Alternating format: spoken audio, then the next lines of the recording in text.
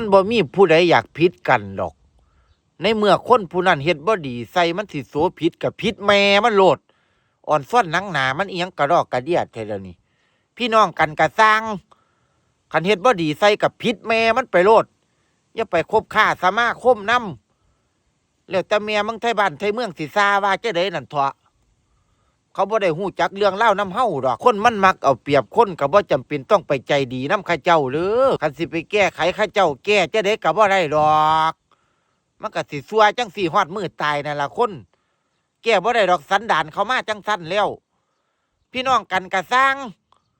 คันเฮาถูกเอาเปรียบนี่อ่อนซ้อนร้อนซาดอยู่ซั่นบ่ตัวพี่ตัวน้องเด้อตัวเฮ็ดให้กันบ่สำบายใจนั่นผู้อื่นเฮ็ดใส่ก็บ่ปานใดดีก็ยังปล่อยเลยตามเลยได้อยู่ดี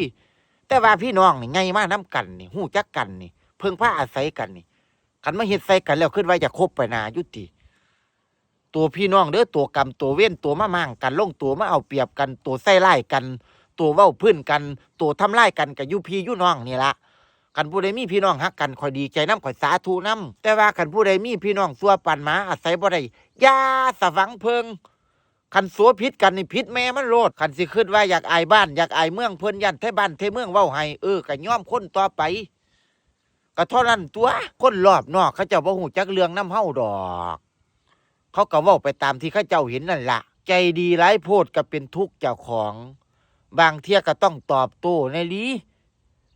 คันว่าตอบโต้แน่ก็สิอยู่จังซี่ล่ะลำบากใจเจ้าของอ้ำอึ้งเฮ็ดหยังก็บ่ได้ซุ่มจอบถ้ามาเอาเปรียบเจ้าของสิก็ได้ใจบาดเนี่ยเฮ็ดอยู่บ่เซาคันเฮาเฮ็ดใส่แน่ก็สิว่าเฮาเป็นคนซัวโลดเด้ซุ่มผีปอบหมู่นั่นก็ได้ซุ่มสันดานบ่พอบาดนี่แม่นบ่ซั่นน่ะเอาแม่นคือความข่อยว่าบ่ซั่นน้อ